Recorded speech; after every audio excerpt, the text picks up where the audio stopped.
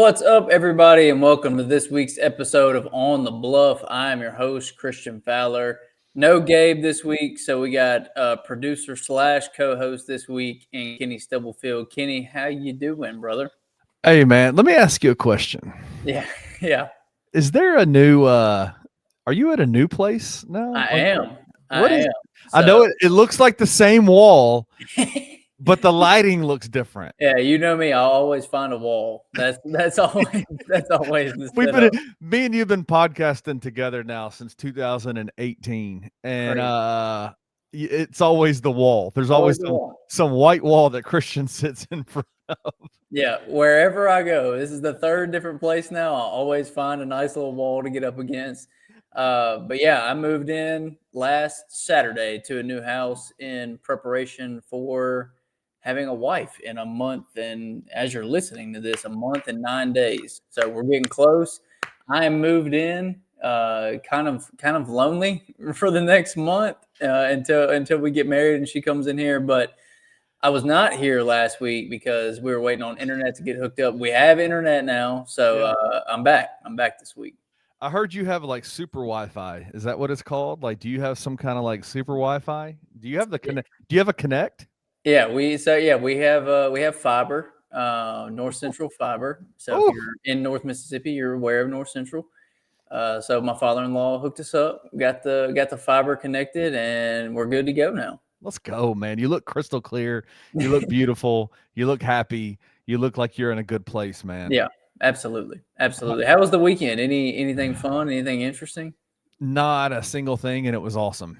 There's nothing bad about that at all. Yeah, it was great. I mean, it was it got a little bit chilly, I guess, on Sunday. Like, it got a little bit cold outside, but like a little windy, a little cold, whatever. But yeah, man, just low key, didn't have to. It was really nice. Like, this is going to be a little bit of a different year for me in terms of covering Memphis sports. I've been going to Tiger football. Everything. I've been going to everything since 2017, 18. And this year's going to be a little bit different because, man, we're doing pretty well here at Bluff City Media. And we've got some shows that happen post-game for Tiger basketball. The Tigers Live show with Francis Carlotta is back. We've got some companies that are coming behind it and saying, hey, we want to support what you guys are doing. We want to be a part of what you guys are doing. And so I'm not going to be going to a lot of games this year, bro. I'm going to be concentrated on Bluff City Media stuff. So, oh, dude, you're going to love it. I'm kind of excited. I'm just going to tell you, like, okay, I went for every football and basketball game, 2018, 19, 20 was COVID, so I don't even remember how that worked, to be honest. That was so long ago. Right. 21 maybe. So for like 4 years, went to every game and then stopped. And look, I do not want to sound like that guy because it's a great pleasure to be able to go to the games and to be able to sit courtside or sit in the box. Like, it's not something that a lot of people get to do. You know, if you're a journalist, that's one of the perks of it.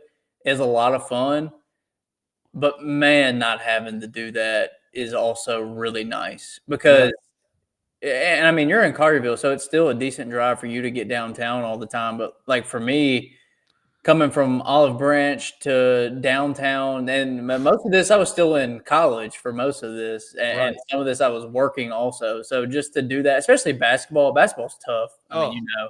Late nights. Oh, God. Yeah, especially when you got like 2, maybe even 3 games like in a full 7-day span and you're not getting home until midnight, 1 o'clock in the morning, and then it feels like you got more work to do. Even if you don't have more work to do, as you know, after you do that, like you're still so jacked and have so much adrenaline that it's hard to go right to sleep. So it's impossible. Yeah. It's fun. It is a privilege to be able to do it, but it will be very good for you to at least hit the brake on that a little bit because you've been going hard at that for a long time. Yeah, and I mean, it's going to be, I kind of made the executive decision, because I own Bluff City Media. So I made the executive decision to concentrate on Bluff City Media and what we're doing here, what we're doing in terms of our coverage. And it's a lot of fun, man. Doing the Tigers live show. We're going to be doing some live watch parties. We're going to be doing some live Tigers live experiences at some different restaurants and stuff like that. Specifically, one we'll announce pretty soon. It's going to be great, man. Like, I'm really, really excited about it. And I'm really excited that I don't have to drive down to the FedEx Forum 3 nights a week. And we're still going to have coverage. We'll still have Roman there. We'll still have some people there shooting game footage and press conference stuff and things like that. So it's not going to be like we're not going to have anything coming out. It'll just not be you. Just don't have to do it. Yeah. And here's the funny part. I remember when I first got started doing this, I would hear people complain about it, and I'd be like, "What's wrong with y'all?" Yeah, we had those conversations a lot. Like, what's wrong with y'all? I get it. Like, I get it. We were just rookies. We didn't get it at the time. Yeah, I get it. I get it. Because you're right. You're right. It is a privilege to be able to go and stand on, especially on Saturdays at football games. It is so much fun to be able to go down there and be on the field. But man, dude, it is nice to not have to do that. It's really, really nice. So just be like, oh, it's a Saturday and I can do whatever I want. I don't have to worry about going to the game. You do. Like, we had those conversations at first. It's like, how are these people like, oh, got another game? But you get to that point, especially, you know, when you're a big time, Big J journalist and you're covering one sport.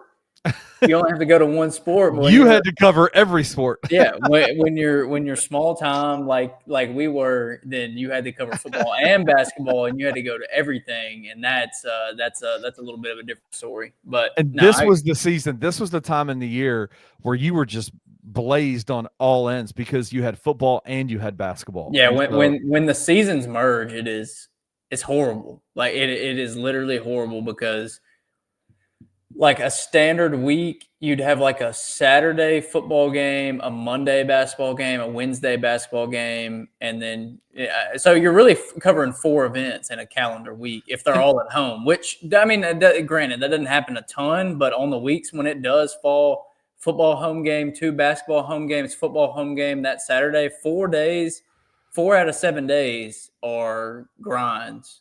I'm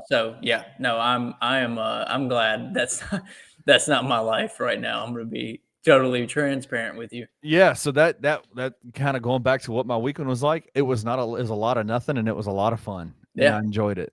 And we still got good content out from Bluff City Media. Yeah. So had a good time. Speaking of Saturday, the weekend, content, all that good stuff, Memphis played a game on Friday night against Tulane. You and Gabe talked about it last week. It was a loser goes home, kind of an elimination feel of a game for the conference championship and for the college football playoff. And Memphis just looked out of sorts, shell-shocked, not prepared, whatever word you want to use to describe it. It was a terrible first half. Oh, God, the worst. 38-17 at halftime. You got to give them credit. They did, they fought back. They had a chance late in the game. They needed another stop and couldn't get it. But when you allow a team to throw up 38 points in a half, it's going to be a difficult hole to dig your way out of, and Memphis couldn't find a way to do it. And so here we sit in a season where we saw Memphis beat Arkansas, where we saw Memphis have the best odds to represent non-Power 4 schools in the college football playoff, and then have a terrible loss to UAB and fall from grace, and then beat South Florida, jump back into grace, and once again become the favorite to represent non-Power 4 schools in the college football playoff. We're back down on the downhill of the roller coaster again, in a pretty tough spot for Memphis fans with 2 games to go, and now you kind of throw up your hands and go, "What's left? What are you playing for at this point in time?" Yeah, I think with the UAB game, the narrative coming out from it was, an inexcusable loss to a really bad team that puts your back against the wall, and you have to win every game moving forward to be able to stay in that college football playoff scenario, the conference championship scenario. And they fought back against USF, had a phenomenal second half, really phenomenal fourth quarter against USF, and then dismantled Rice, another bad football team. and then probably the second to hardest game on your schedule outside of the USF game, played against Tulane and just completely crapped the bed in the first half. Yeah.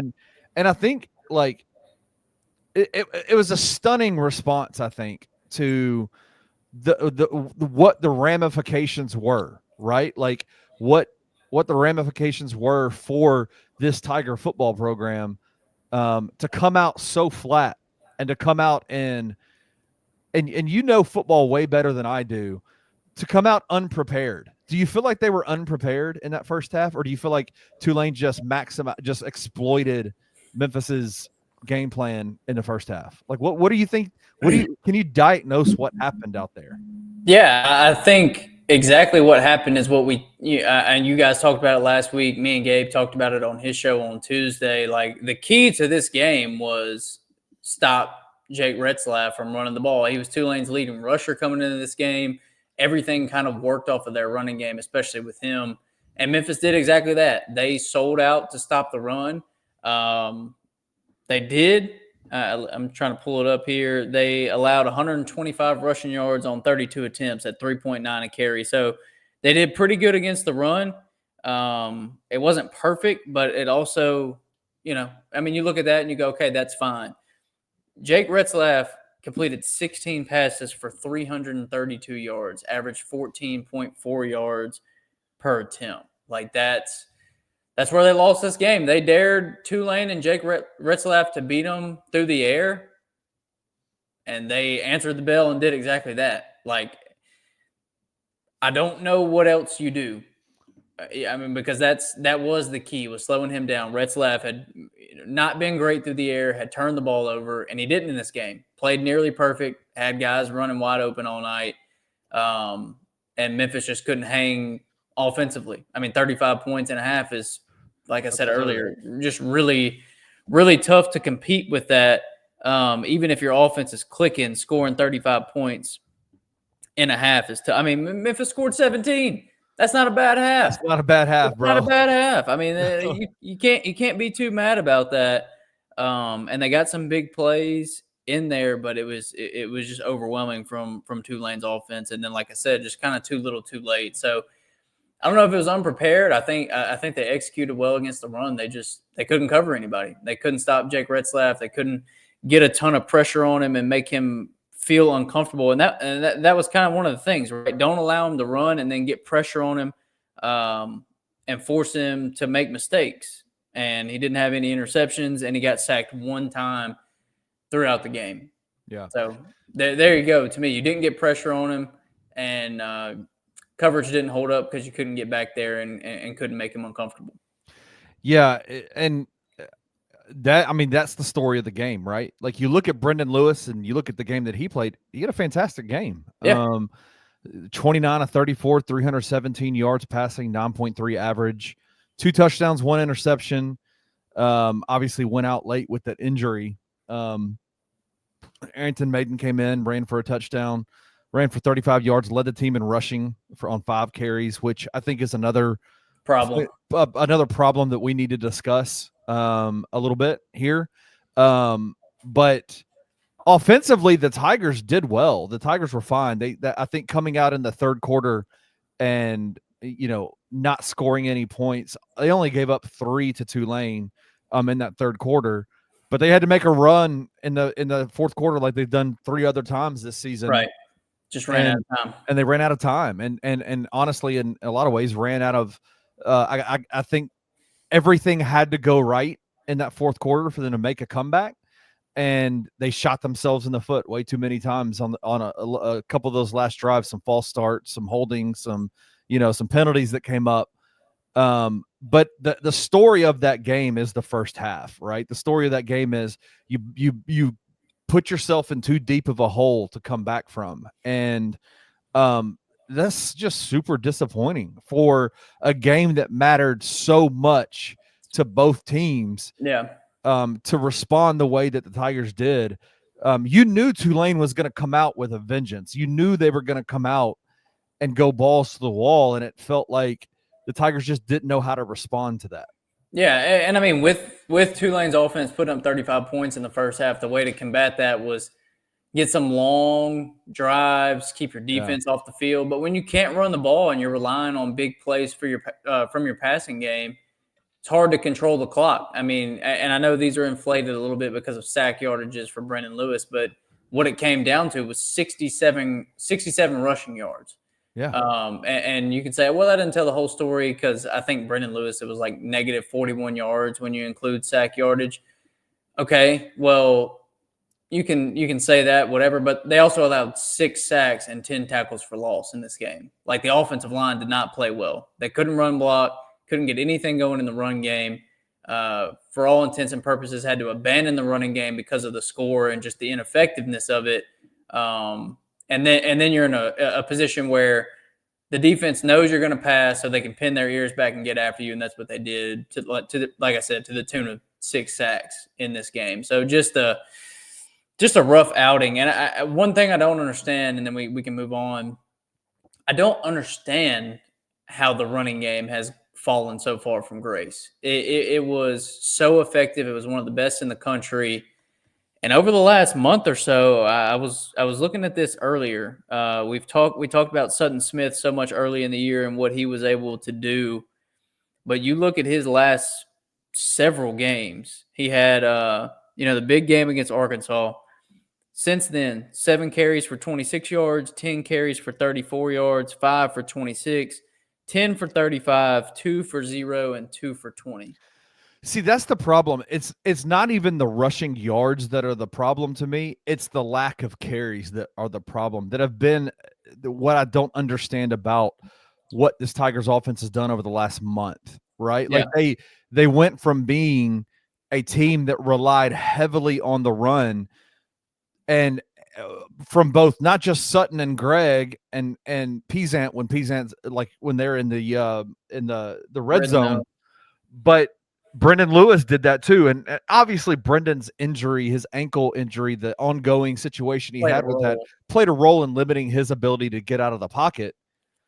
But it's the lack of even attempts to rush the ball that have been surprising to me. Greg DeWosier had 8 carries against Tulane. Sutton only had 2. Yeah. And in those 2, he had 20 yards on 2 carries. Yeah. Like 10 yards. I mean, listen, like I don't know what, and maybe you can help me diagnose, why did the Tigers and Tim Cramsey and Ryan Silverfield move away this last month from the run game that was so effective early on? I don't know, because you could say, you said it a minute ago about trailing in the fourth quarter and having these comeback games. South Florida, the game against UAB. Like just using those examples, UAB, South Florida, and then this game against Tulane, you could use those. But even in the game against Rice, which they dominated, there wasn't much to speak of in the running game. And still, like it's like this completely flipped from a run-first offense to a pass-first offense. I don't know. Like I don't have any answers to it. I don't get it. Now, when you're trailing and you have to score, okay, I get it. It's hard. It's hard to stick with the run, but in games where you're winning and you're up, like that Rice game, and still not really trying to run the ball, I don't know. I don't have any answers for it. I don't know if they just believe it's become completely ineffective and they can't use it, but that's not a Ryan Silverfield thing. We've seen Silverfield for years have ineffective run games at times and still continue and to use it and go to it and go to it. To a point of frustration, right? Use it too much to a point of frustration. Yeah. But then, even in these games where they struggle to run the ball, just kind of the lack of creativity to get the ball in the hands of Greg DeRosier and Sutton Smith, who it's those 2 guys and Cortez Braham. Your offense should go through those 3 guys, and it just hasn't. So it's definitely pretty frustrating to watch this offense right now.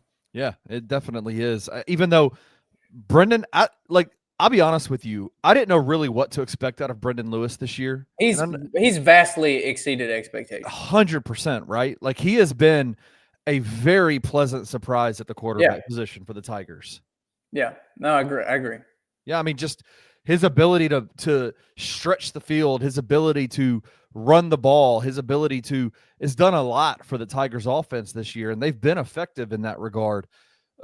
Obviously ankle injuries is a constant ankle injury. He's become, we made a joke about it. It was almost becoming a Kendrick Davis type situation where you felt like every single game there was going to be an ankle situation, and then he'd be back in the game. Right. Yeah. And against Tulane, it just got to the point where he couldn't come back. Like it was just too much. He couldn't handle it. Bad. Yeah. Yeah. It was just too bad. So, obviously, let me just kind of give you behind the scenes, peek into Bluff City Media's comment section and YouTube's and Twitter's and all that kind of stuff.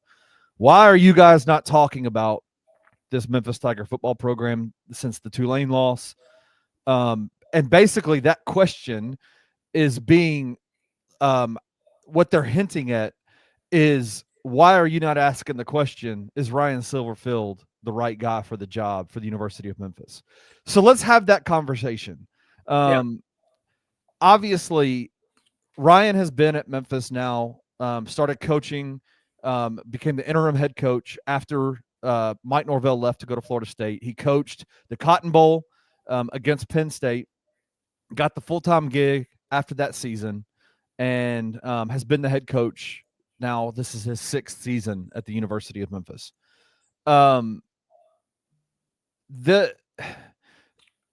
He has not been to the American Conference Championship game since. He hasn't won one. He hasn't even finished in the top 2. He hasn't played for one. I think Jeff Calkins put out something in one of his articles and kind of walked out like where he had ranked in the American Conference since he's been the head coach. And I think 4th was the best he's been, right? Yeah. 4th multiple times, then 8th, and then, a few other ones. I can't remember exactly. Obviously the response to this loss, basically taking Memphis out of contention for the championship, of the American Conference Championship, and out of contention for the college football playoff, has resulted in conversations of, is Ryan Silverfield the right guy for this job? And I guess my question to you is, I would ask you that question: is Ryan Silverfield the right guy for the Memphis job? Yeah, I mean, it's a valid question, and it's been brought up for multiple seasons now. It's tough because like you said, hasn't been to a championship game, hasn't really had too many opportunities where we thought it was going to be possible. Had some early rough seasons as a first-time head coach, which is to be expected. Is understandable, right? But these last 2 seasons are the ones that I think are really being judged and should be judged. Yeah, I mean, we know the American's not some crazy difficult conference, and with the success that Memphis has had with the football program over the last decade plus, it's expected. But I don't know where else you go. You know what I'm saying? Like, I just don't see any better options. And I think this is sounds like the political blah, blah, blah cop out. There are not many better ambassadors for a program and for a team than Ryan Silverfield. I believe that. I agree. I believe that. Yeah. And I don't know. I guess one of the biggest things is I just feel like they're so close. I feel like they're right on the edge. I feel like it's a tip ball and an interception here, or a made or missed field goal here, or a catch here, or a drop there. They're so close. Yes. I mean, they just are. And let's be honest, for this year, whose expectations were a conference championship this year? Realistically, people that actually knew the roster and paid attention to the team and knew what they were talking about. Right. Not just people that are like, oh, we're Memphis, we're good at football, we should be in the conference championship. Who actually believed that Memphis would compete for it this year? Not many. I didn't think they would be in contention, to be honest. Like, I mean, I thought they'd be fine, and I thought they'd be about middle to high middle of the pack in the American. I didn't think they were going to beat Arkansas or be in contention for a conference championship. Not to excuse not getting there, but with as much as they lost, and then bringing in a complete question mark unknown at quarterback in Brendan Lewis, who had been at Colorado and Nevada and had played a decent bit at Nevada, but never really done anything impressive. My expectations weren't very high. This, Right. and we talked about it over the summer. Like, and maybe we shouldn't have said this as early as we did, but a lot of us said it felt like a setup for next year for AJ Hill to, get a year under his belt, bring in kind of a journeyman quarterback for a season, and then turn the thing over to AJ Hill and see where it goes. That's what a lot of people boiled this season down to. Let's be competitive. Let's win some games. Let's get back to a bowl game, and let's get ready for AJ Hill next year. That's what it felt like. But then you beat Arkansas, and the expectations change, and the perspective changes, which is fair. He's so close. He's so close. He's so like close. And I think it's easy to say the bottom half of the American Conference is not a good conference. Memphis lost to one of those teams this year in UAB. An inexcusable loss, right? Mhm. Like there is no sugarcoating that. Rationalizing There's no rationalizing that. And I think Ryan Silverfield would tell you that was the worst loss of his during his tenure at the University of Memphis. Yeah. But they are that top half of the conference is pretty decent, right? Like USF is a good team. Tulane is a good team. North Texas is a offensive juggernaut. Yeah. Gabe had his opinions on what North Texas could do against a Memphis or a Tulane or a USF in a conference championship game. But Drew Mestamaker is the real deal. But Drew Mestamaker is a good quarterback.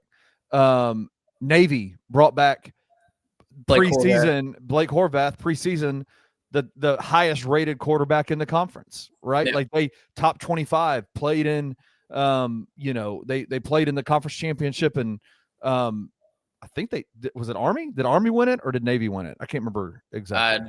I don't it doesn't matter.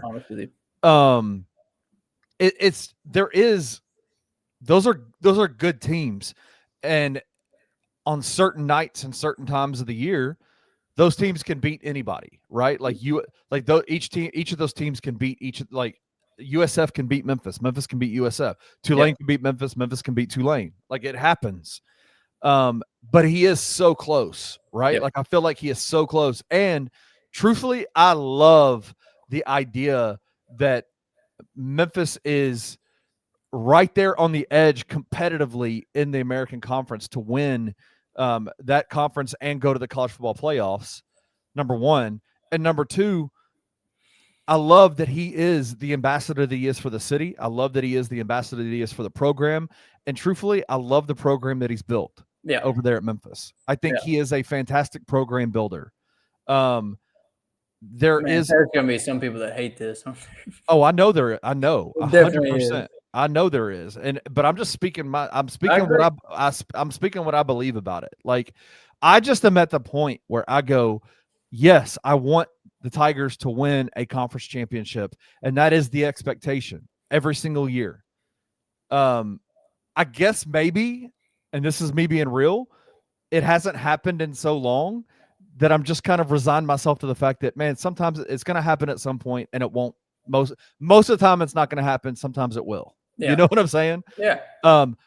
If I were sitting across from Ryan Silverfield right now, I'd be like, bro, you've got to figure out how to close these things out, right? Yeah. When you're in the driver's seat, how do you come out looking the way you did against Tulane in the first half? Yeah. And I think he would have those questions too. Like how? Yeah. Like how do you lose to UAB? How do you lose to UAB? Yeah. Like with a coach who's never coached a damn game in his life ever. Right. Against the quarterback nobody knows anything about. Yeah. Like it just doesn't make any sense. Those are inexcusable things that have happened. But he's so close, and I love the program that he's building, and he's so close that I just think if you do go get rid of him, where do you go? Can you upgrade? Right. The stories of colleges, of universities, of programs firing a coach because he's right there at that edge, but doesn't every year take them over that edge, firing that coach and bringing in somebody new and it falling flat on his face is littered more so than it is taking that guy and firing him and then bringing somebody in and then all of a sudden they're winning championship after championship after championship. Right. Look at most of the SEC. Look at most of the SEC football teams. Auburn is in football purgatory because of this. Florida State in the ACC is in football purgatory because of this, because there is a program, a toxicity within that program that is not giving time to guys like Mike Norvell to be able to make the changes that need to be made. It's just not working out perfectly. Sometimes it's enjoy the program that's being built and give it time to get over that edge. Yeah. I don't know how much more time we have, but all I'll say is this. I've had about 100 Arkansas fans reach out to me and tell me, please fire him. Yeah. We'll take him. Yeah. Please fire him. We'd love to have Ryan Silverfield in Arkansas. Yeah. That's just my thoughts, man. I don't know. Yeah, I agree. All right, let's talk a little Memphis basketball. We had the first game of the season against San Francisco. Memphis was 2.5-point favorites in this game. They won by 6, 76-70. Is that right? 76-70? Yeah. 76-70, I think. Yeah. It was okay. I was not overly impressed, but it's the first game of the season. Had higher expectations for Doug McDaniel. Definitely had higher expectations from Aaron Bradshaw, who fouled out and only got to play, 7 or 8 minutes in this 8 minutes. Game. Had 11 points in 8 minutes, though. Yeah. Did not expect Quante Berry to lead the team in scoring with 17, but that was a good thing, I guess. Yeah. So yeah, I mean, it was kind of clunky at times, but that's what you expect in the first game. So yeah, it's hard. And they play Ole Miss. As you're listening to this, it'll be Tuesday. So they'll play Ole Miss tonight. Right. And I think they have like a 17% chance to win according to ESPN's BPI. So we'll see. It'll tell us a lot more than this game, I think. Yeah. That's so one game doesn't tell us enough. We need a bigger sample size to have too many takeaways, but they won, and I guess that's kind of what mattered in this one. What I think the San Francisco win did was take everybody's finger off the panic button, because a week prior, maybe 4 days prior, Penny had come out in a press conference and said, basically, I'm putting my offense in, adding my defensive plays, all these kind of things. Yeah. People freaked out over this, and I understand it, but I need everybody to understand. Like, Barstool Sports put out a tweet about it saying, what is Penny Hardaway doing? Basically, like, just putting his offense in. So many think pieces and podcasts and articles written about the demise of this Penny Hardaway led team, and I guess my response to it is, bro, he's done this every year he's been here, right? Like, if y'all think that he just put his offense in now, y'all are crazy. What he's talking about is just putting specific plays for specific players, right? Like Sincere Parker, putting in specific plays, actions for Sincere Parker. Who also looked good in this game. Who also looked very, very good in this game. I think Sincere will probably be their most gifted scorer on this team. Yeah. Alongside Doug McDaniel and somebody else who didn't play because of injury. I do think Hassan Abdul Hakim is going to be a massive piece for this team moving forward. Unfortunately, he is still suffering from a deep thigh bruise or a quad bruise.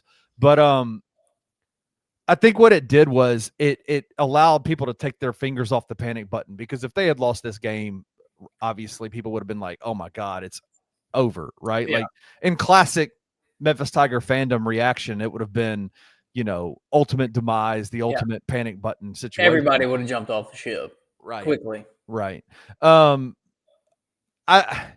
There's a lot to like about this team. I think the Memphis Tiger program, I think what you've noticed and what you've seen is that these guys are going to fight, man. They're going to be a very scrappy, tough team. That is going to be reliant on everybody to play well and not just one or two people to play well. Right. It's going to be a team thing and not just hey, let's give the ball to Dane or let's give the ball to PJ or Tyrese and go, right? Like, it's going to be everybody, all hands on deck. It's going to take a lot more from supplementary pieces, I think, this year than in the past. And I would say to you, I think their supplementary pieces this year are much better than they were last year. Could be. Their top level talent might not be as great, but I think their supplementary pieces are a lot better. I really like the addition of Julius Tedford and Quante Berry. Yeah. I told you earlier on the phone today, I know a lot of folks were disappointed with the recruiting class that Penny brought in out of the portal. And I think there's multiple reasons for that. I think the reason why they were who they were is because they were putting all the eggs in the basket of PJ Haggerty and Dane Danger, right? Like it took they had to basically punt and go a different direction very quickly.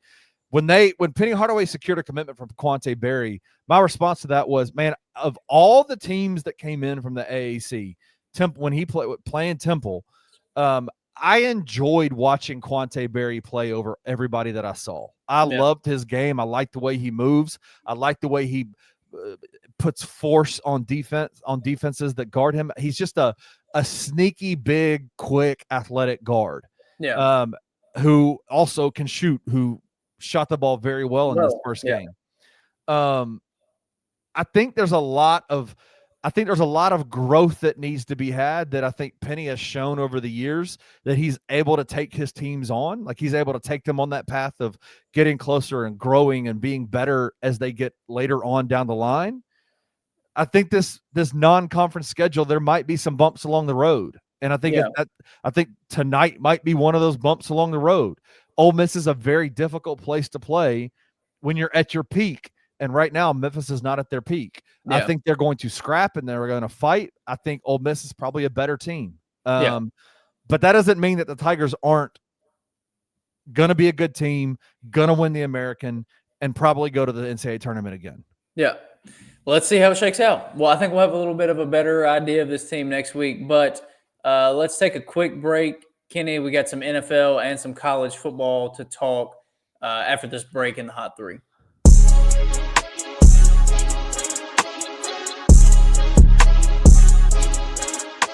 I think a lot of people thought Memphis wasn't going to win this game after what they were seeing in the exhibitions. You compound that with some of the comments and quotes and the conjecture and the think pieces and all the articles, the tweets about statements Penny Hardaway made this week about his team.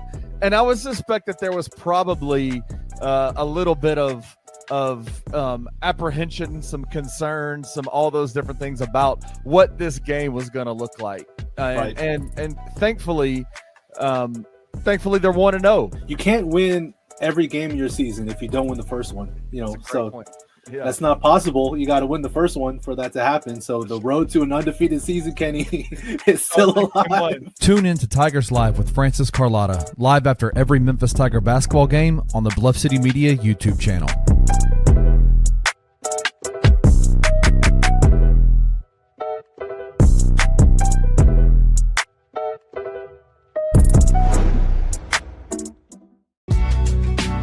In the heart of the Highland Strip for 27 years, Trilogy Tattoo has helped tell stories for Memphians for generations. Located at 530 South Highland, Richie and his team are waiting to help you tell yours. From tattoos to piercings, your body art should be as unique as you are. Voted a Memphis Flyer top 3 tattoo shop in the city of Memphis since day one. Your story will be safe here at Trilogy Tattoo. Open 7 days a week, Monday through Saturday, 11 to 11, and 3 to 11 on Sundays. They have convenient times waiting on you. Let Trilogy Tattoo help you tell your story.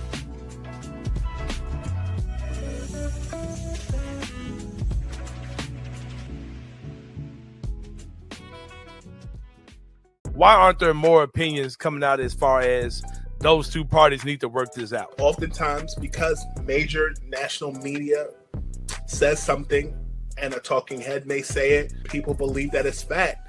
Ja is misunderstood because you are such a mega star in that city. Even if you're not wrong, and even if you're not causing a spectacle, you got to make sure that people don't have anything bad to say about you.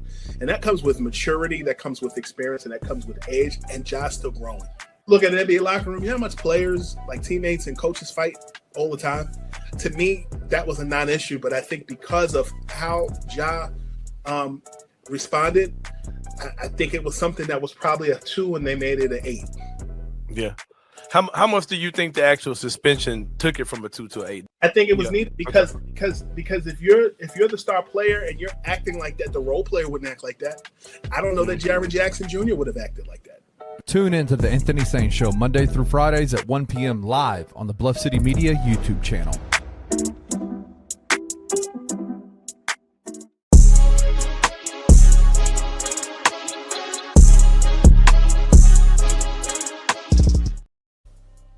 All right. We are back. Can you hear me? Is my microphone cutting in and out? All Nope, right, good. no cutting in and out. We're good. We're back with the hot three. Sometimes StreamYard is goofy. Sometimes when you play background music, it cuts the mic out for a They second. didn't do it this week. Hey, let's go. Listen, we got the hot three. We're gonna go mainly football in the hot three. Yep. I want to go to the NFL for the first two topics. Yep. Obviously, big news in the NFL happened today. Brian Daboll from the New York Giants was fired today as the head coach. They said at 2-8 on the year. This is the second straight year they've been 2-8. I think they've seen some good things with Jackson Dart. I think that they've kind of found their quarterback of the future. He took over for Russell Wilson pretty early on. Yeah. But it just hasn't led to many wins. What are your thoughts on this Brian Daboll firing? I think this was a mistake. Really? Just to be honest. I mean, I know it hasn't been good under Daboll in New York. I think it was his first year. They went to the playoffs. Daniel Jones had that great season. I think they beat the Vikings in a playoff game, and then they got drubbed by the Eagles, which, fair. But it hadn't been great since. But you look around, they haven't had much to work with. Right. That's what, yeah. Defensively, they've been terrible. They haven't had anything defensively. They brought in Brian Burns, which was a big deal. They obviously had Dexter Lawrence. That was about all they had defensively. They drafted Abdul Carter this year. Kayvon Thibodeau has been good, but not great. So, the defense is coming up. They still need a lot of help in the secondary and at linebacker. But offensively, they got rid of Saquon Barkley before last year. They had Malik Neighbors coming in as a rookie. And the quarterback situation. Oh, microphone went out. Back? We're back. We're back. Okay. But they trade Saquon, or they lose Saquon Barkley before the year. They don't sign him. They have Malik Neighbors as a rookie, and the quarterback situation was a mess. Offensive line's been a mess for the Giants for years. It's getting better, still not great. But Daboll clearly had something with Jackson Dart. He did. Not only, I think Jackson Dart would be fine moving forward. I think they'll bring in a coach that, puts in an offense that suits Jackson Dart's talents. But Daboll was getting really good play out of a rookie quarterback who had only made a few starts. And when you look at it, in his first game, they played the Chargers. They beat them. That's a huge win. Huge win. Chargers 7-3. They had a terrible game against the Saints. They blew it against the Saints. Okay. Then they stomped the Eagles 34-17. Okay, so Jackson Dart 2-1 as a starter, beat two highly seeded playoff teams. Like I said, Chargers are 7-3 right now. Eagles, as we're recording this, are about to kick off against the Packers, or just kicked off against the Packers, and are 6-2. So they beat both of those teams.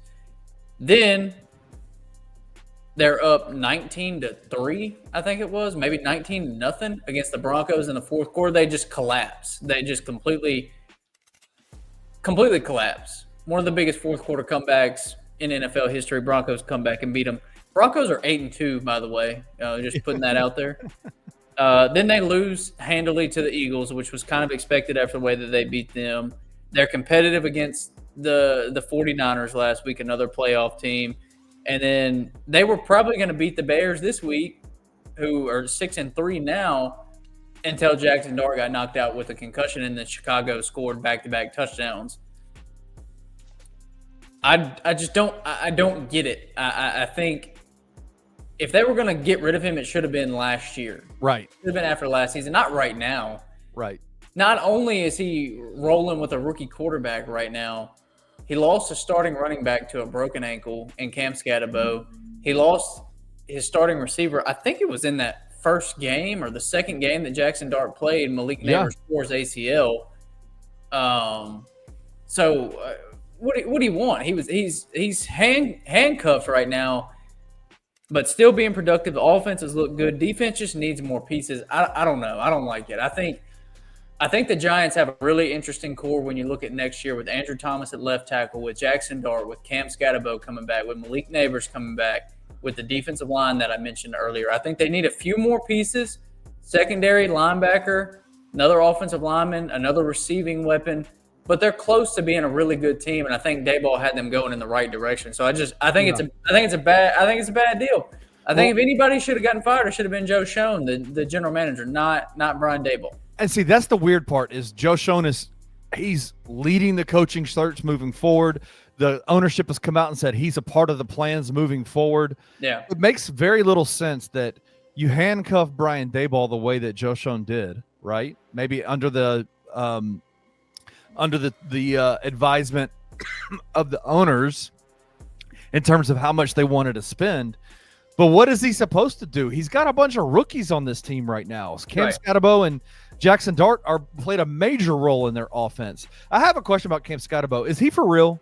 Like, is he a guy that's going to stick, or is it kind of a flash in the pan? Like, hey, he's a rookie and he just plays really hard type of situation. No, I think he's good. I don't think he'll ever be an elite running back in this league, but he's a dual threat. A lot of people talk about his top end speed, so we'll see how he recovers from this, broken, dislocated, whatever ankle.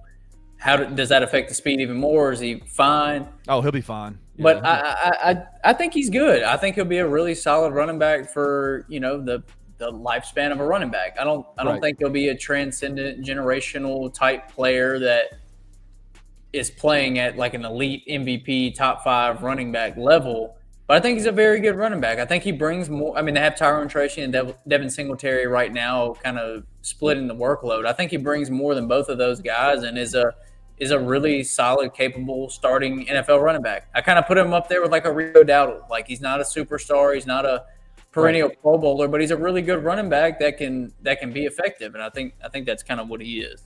I mean, they got so much youth, and here's the thing: you said they're a couple pieces away. Well, they're also 2-8 on the year. They're going to get another piece in the first round. Like, they're going to be able to, whether it's on the offensive line or whether it's another playmaker, they're going to be able to add something to this already pretty interesting little core of Jackson Dart and Cam Scatterbo and Malik Neighbors. Like, it's bad that all three of those guys are now out. They're going to be out for extended periods of time, obviously with the ACL and with the ankle. But Jackson Dart went in; he's in concussion protocol now. And I was reading today about one of the reasons that New York beat reporters think that Brian Daboll got fired is because he wasn't protecting Jackson Dart. Like, this is the 4th straight week that Jackson Dart has had to be looked at for potential concussion issues. And it seems like this one is the one that's going to put him out of the lineup for a while. Is that a part of it, or is that just Jackson Dart being Jackson Dart? I mean, that's just a rookie quarterback that runs the ball a lot. I mean, we've heard this about Josh Allen for years, that he needs to do better at protecting himself. And it's just something that Jackson Dart has to learn, because he has that reckless abandon style where it really does plays like Evel Knievel a lot of the times, and he just has to pull that back a little bit. But that's not a Daboll issue, I mean, I'm sure Daboll knew this whole time that his job hinged on Jackson Dart hitting, right? Like he had to be good, and I'm sure Daboll was telling him, "Look, dude, you got to get down, you got to protect yourself. I love what you're doing with your legs, but you absolutely cannot get hurt." So I just think that's a Jackson Dart being a young rookie quarterback that needs to rein it in a little bit and know when to get down and kind of pick his spots a little bit better. I don't think that's anything on Daboll. Well, I read some reports that Daboll refused to change his offensive strategy or his offense. It was working. It was working. It was working. Yeah. I don't know, man. I'm not really invested into whether or not Brian Daboll has a job or what the New York Giants do moving forward. But it does feel weird when all three of your main guys that are on your offense that are providing, production for you are now all out. Why would you fire that guy now. The thing is, they said they were going to do it after the Broncos game, and they didn't. And then it was like this was the final straw. This was the straw that broke the camel's back. Jackson getting injured, I guess. Yeah, I don't know. I get weird situation. Weird. All right, let's go from the NFC to the AFC. Bro, it's been a weird AFC year already. Yeah. Let's look at the standings really quick. Obviously, coming in, everybody thought coming out of the AFC was a 3-team race. It was the Bills, it was the Chiefs, and it was the Ravens. Yep. The Bills sit at 6-3. They're second in the AFC East. The Ravens are at 4-5. They're second in the AFC North. The Chiefs are third in the West at 5-4. But let me just read some of these names off to you. The New England Patriots, sans Tom Brady, are 8-2 leading the East. The Steelers are 5-4 in the North, which AFC North is when you're 5-4 leading the North, that's not good. Yeah, Baltimore's coming quick for that. Yeah, Baltimore's coming for that top spot. AFC South, probably considerably the best team in the NFL right now, the Indianapolis Colts, with former New York Giant Daniel Jones leading the way, are 8-2, and the Denver Broncos are leading the AFC West at 8-2, behind or in front of the Chargers and the Chiefs. The Chargers are 7-3. What do you make of this, man? Which team are you most surprised by their success so far? That's a tough one. I think it comes down to New England and Indianapolis. Yeah. Because the Broncos, I think we expected the Broncos to be good. I don't think we expected them to be 8-2 and leading the West. San Diego, Los Angeles Chargers at 7-3, a little bit surprising, but I think most people expected them to be pretty good this year. Yeah.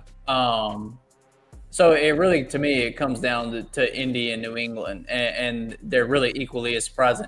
Because when you look at New England, it was coming into this season, yes, Drake May looked really good at the back half of last year, but it was like they don't have anything around him, right? Bro. They brought in Diggs, but he was coming off the injury from the Texans and had a weird offseason, bro. Super weird offseason. Anyway, yeah. And then outside of Diggs, it was like, where is production going to come from? You got Kayshon Boutte, who talented but hasn't really done much. And then Mac Hollins. They drafted Travion Henderson. They drafted Will Campbell in the first round. So it was just like, this offense is probably not going to be good. Like, even if Drake May is good, there's not enough around him to turn him into a good player. Like, Patriots probably going to be ugly offensively, probably decent defensively with bringing in Mike Vrabel, just with what he brings from a philosophy standpoint on the defensive side of the ball. So it was like, okay, they'll be one of those like scrappy teams. Offense is defense is pretty good, and they win some games. I think their win total this year was at 8.5 just because their schedule was so weak.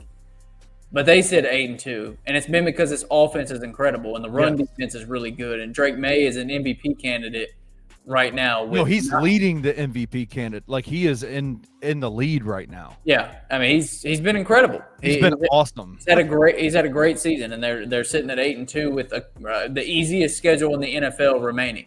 Like that's pretty nuts. And they're two difficult games. They've won both of those games. They beat the Bucs, which was a test, and they beat the Bills.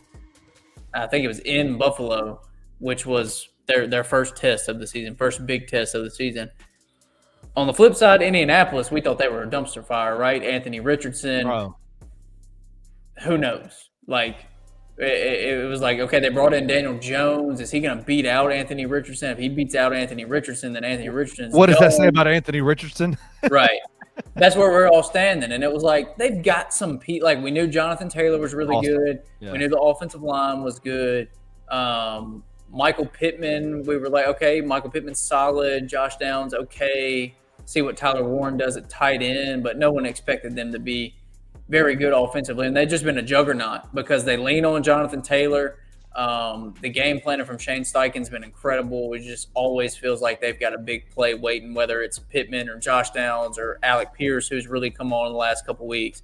Tyler Warren, who's been extremely prolific as a rookie tight end. And then you have Jonathan Taylor, who is just ridiculous. I think he's like 1,300 or 1,400 all-purpose yards and, 16, 17 touchdowns total. He's been absolutely insane. So those two to me are mind-blowing just because you did not see either one of those coming. It felt like the Patriots were still a year away from being really competitive, and we didn't know what the heck we were going to get in Indianapolis, and we arguably have the best team in the NFL in Indy. Which team, if you had to put money on it, if you had to lay some money down on the FanDuel odds, which team sticks? Which team of Indianapolis, the Denver Broncos, and the New England Patriots go the furthest this year? Which team sticks in that top spot, and which team goes the furthest in the playoffs, you think? I think the Broncos are the least likely because the Chiefs are in their division, and I'm not doing that. I'm not betting against the Chiefs. You're not ready to go against them yet.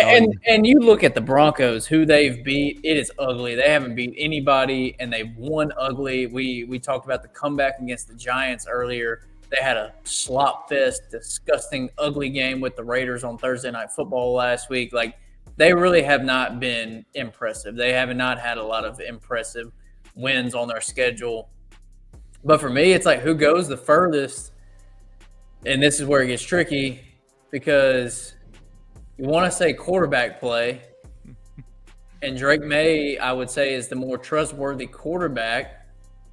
But also playoff football, we know, is a lot about running the ball. Yeah, man. Yeah. And Jonathan Taylor's been really good. But I think if gun to my head, like, I would have to go with the Patriots. Wow.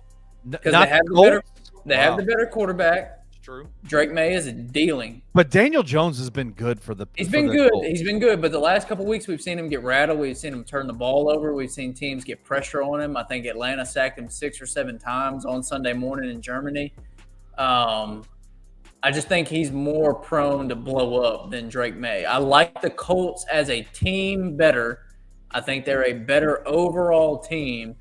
But if you tell me it's a playoff game and I got to pick a quarterback, I'm taking Drake May over Daniel Jones because I haven't really seen Drake May get rattled this year. I haven't seen Drake May have a series of just like an entire bad game. Like, he's had bad plays and he's missed guys and thrown interceptions.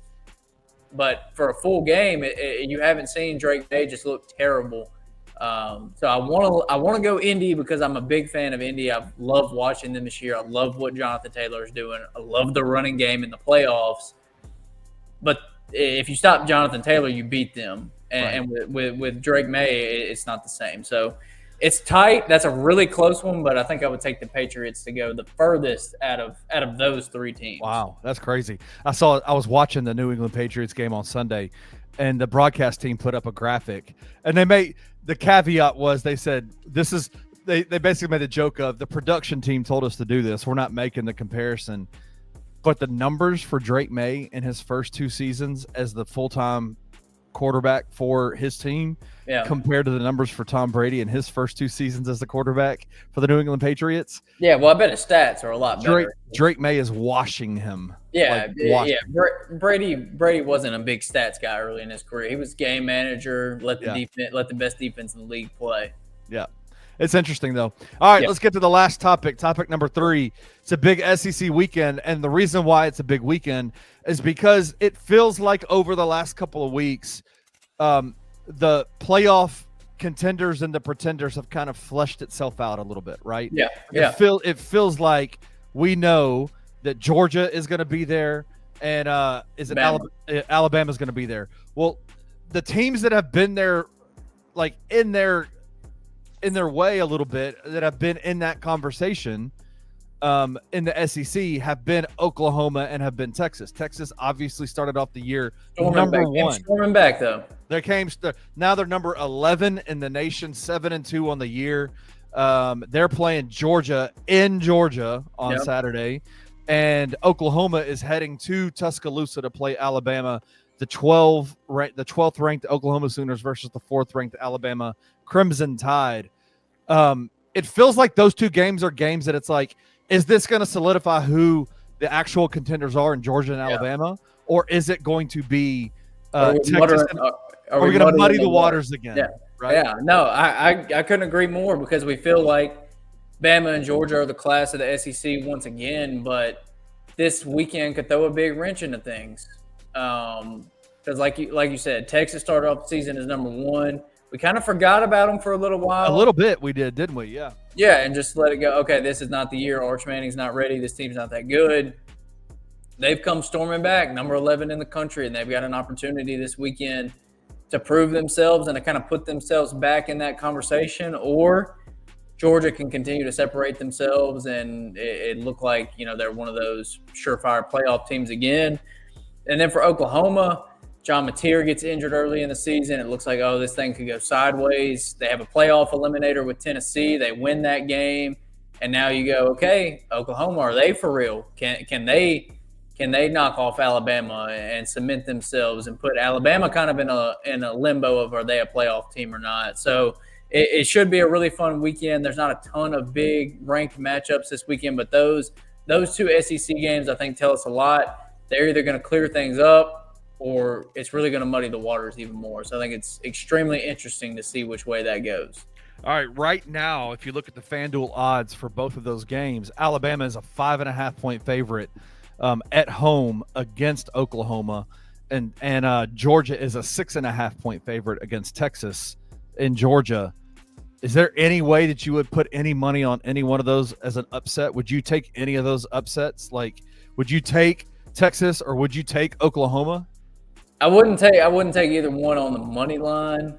I think I would take Alabama minus 5.5, and I think I would take Texas plus 6.5. I still think Georgia wins that game. I think it could be a little bit tighter though. So I don't like either one of those dogs outright necessarily. I think Bama covers. I think Bama's just a really, really good football team. But I think Texas could. Georgia's kind of been having some moments where they've gotten scared and have pulled it off and played a lot of close games and a lot of games that have come down the wire. And I think it could be another one against Texas this weekend. What a wild turn of development it would be if Texas came back and beat Georgia on the road, right? To completely muck up the college football playoff. Everything. Yeah. It'd muck it all up. But interesting weekend in the SEC. Should be a lot of fun. Christian, that's the hot three for today. All right. Well, we appreciate you guys for joining us. If you are watching on YouTube, you can like, subscribe, and comment.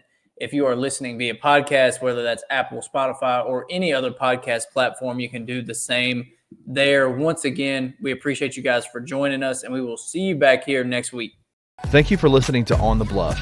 If you enjoyed this episode, leave a rating and a review wherever you download your podcasts. Also, like and subscribe to Bluff City Media's YouTube page. Head over to www.bluffcitymedia.co for comprehensive coverage of Memphis sports and how you can become an insider.